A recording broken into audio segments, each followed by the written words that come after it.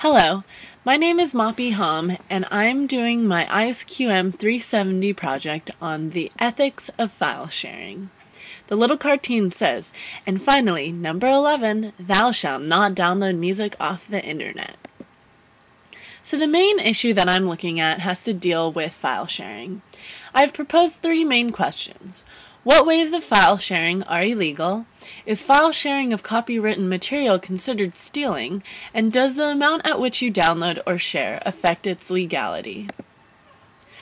Now, moving on to the different types of file sharing. The first file sharing program or way to file share is peer-to-peer networks. This is when the user downloads a program to connect to a network.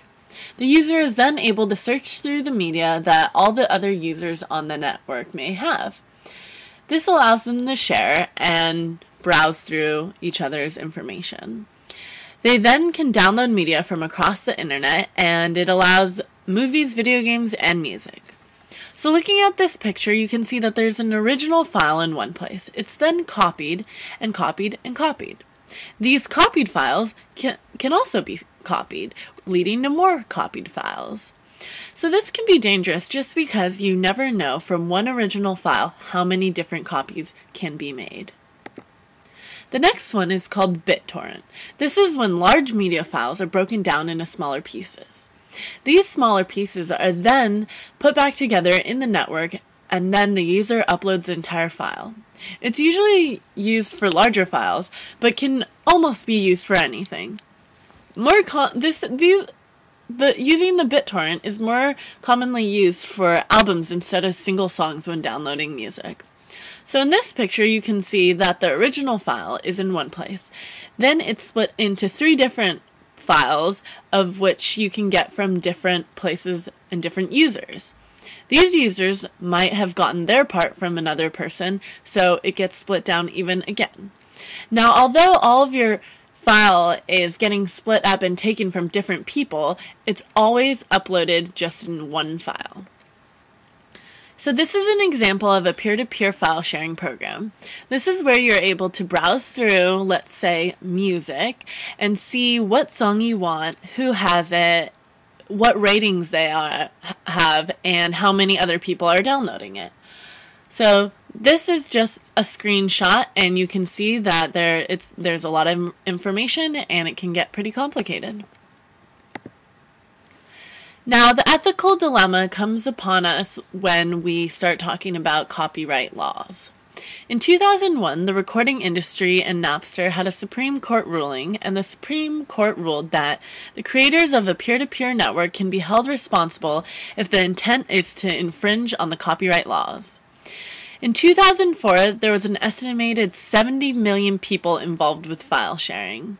This is a great number just to think about, 70 million people file sharing and downloading things off the internet. In 2007, it surveyed that 64% of young people consider it to be okay to file share and download materials.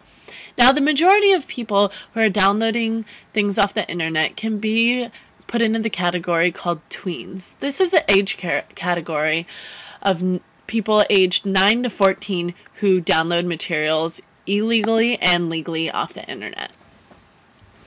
Moving now towards a more legal side of it, we are presented with copyrights.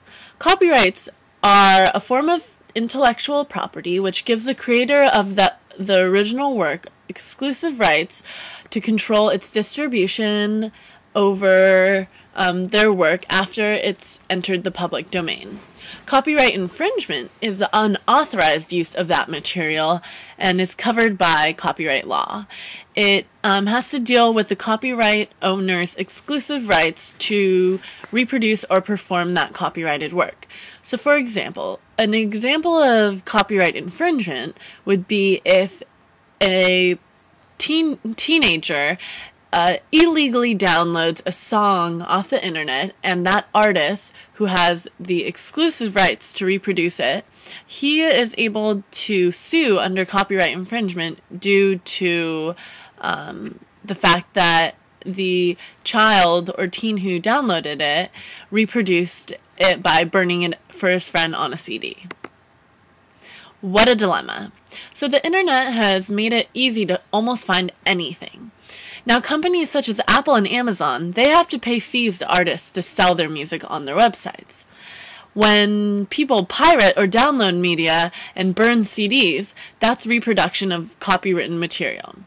No matter how much or how little is downloaded, it still remains to be copywritten, which leads to copyright infringement.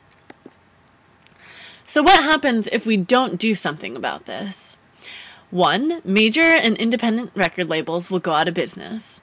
And 2. Artists will not be able to create new music.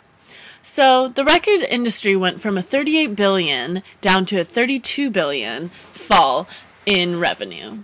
The CD sales revenue continues to fall. Now, with regard to the artists, there's no monetary incentive to publish work if people are just constantly stealing and downloading music off the internet. So how do we deal with it? We can deal with it. For example, there's a website called wiredsafety.org. This is the world's largest internet safety and help group. It basically is there to provide education for young people about illegal downloading and file sharing. We need to encourage people to use legal downloading programs such as iTunes and Amazon. We can also encourage people to use music players and playlists when listening to music on their computers. MySpace Music allows you to create a complete playlist on your computer for pleasure listening without being able to own the actual song. We're also able to offer free digital files with vinyl or rare copies of music. This will encourage consumers to buy the record and still receive the perk of the MP3 version. We can also provide legal downloading, where some artists can offer a free downloaded song when signing up for an email list. This will help the artist to create a fan base and help them from a promotional aspect. There are many things that you can do to help, and just remember to always buy your music on Amazon or iTunes, and always keep in mind all the